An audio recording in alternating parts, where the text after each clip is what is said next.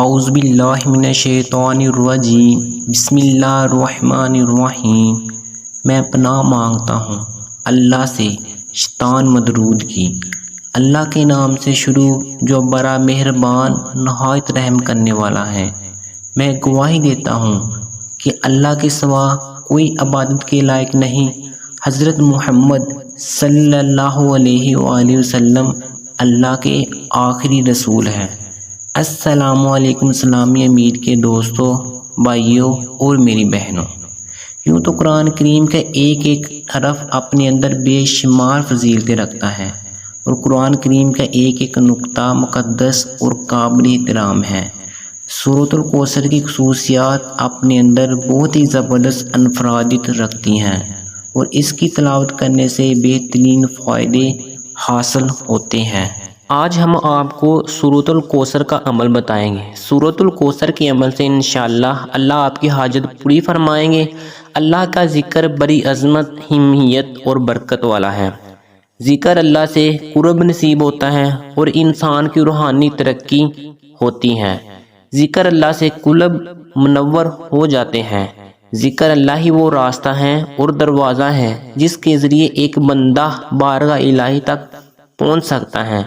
حضرت ابو ہریرہ اور حضرت ابو سعید رضی اللہ تعالیٰ عنہ سے روایت ہے کہ رسول صلی اللہ علیہ وآلہ وسلم نے فرمایا، جب بھی اور جہاں بھی کچھ بندے اللہ کا ذکر کرتے ہیں تو لازمی طور پر فرشتے ہر طرف سے ان کے گرد جمع ہو جاتے ہیں اور ان کو گھیر لیتے ہیں، اور رحمت الہی ان پر چھا جاتی ہیں اور ان کو اپنے سائے میں لے لیتے ہیں، اور ان پر سکینہ کی کیفیت نازل ہو جاتی ہیں، اور اللہ اپنے مقربین فرشتوں میں ان کا ذکر کرتے ہیں۔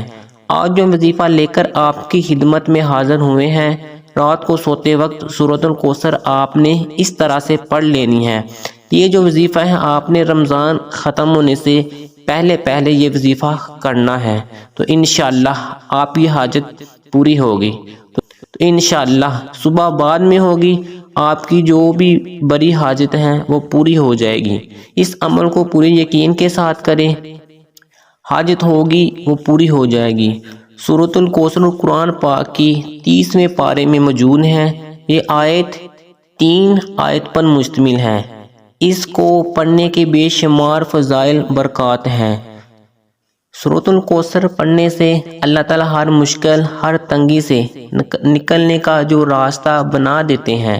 اگر آپ کسی حاجت کو پورا کرنے کے لیے سورۃ الکوثر کو پڑھتے ہیں تو اللہ تعالیٰ آپ کی حاجت پوری فرما دیتے ہیں۔ آپ نے کرنا یہ ہے کہ رات کو سونے سے پہلے سورۃ الکوثر کو پڑھنا ہے۔ اس ترتیب سے پڑھنی ہے۔ پہلے 2 رکعات نماز نفل حاجت آپ نے ادا کرنی ہے۔ آپ نے نفل ایسے پڑھنے ہیں کہ ہر رکعت میں 1 مرتبہ سورۃ الفاتحہ پڑھنے کے بعد 11 مرتبہ سورۃ الکوثر اور 11 مرتبہ سورۃ اخلاص پڑھنی ہے۔ جب آپ 2 رکعت نماز نفل حاجت ادا کر لیں گے، اس کے بعد جائے نماز پر بیٹھ کر 3 دفعہ درود ابراہیم پڑھنا ہے۔ اس کے بعد آپ نے 129 مرتبہ سورۃ الکوثر کو پڑھنا ہے۔ جب بھی پڑھ لیں گے تو آپ نے آنکھ بند کر کے اللہ کا ایک نام یا سمیع، اس نام کو 100 مرتبہ پڑھنا ہے۔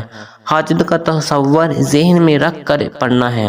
آخر میں 3 دفعہ درود ابراہیم پڑھ کر رو کر اللہ تعالیٰ سے حاجت کے لیے دعا کریں۔ انشاءاللہ جو بھی مانگو گے صبح ہونے سے پہلے حاجت پوری ہو جائے گی انشاءاللہ۔ آمین۔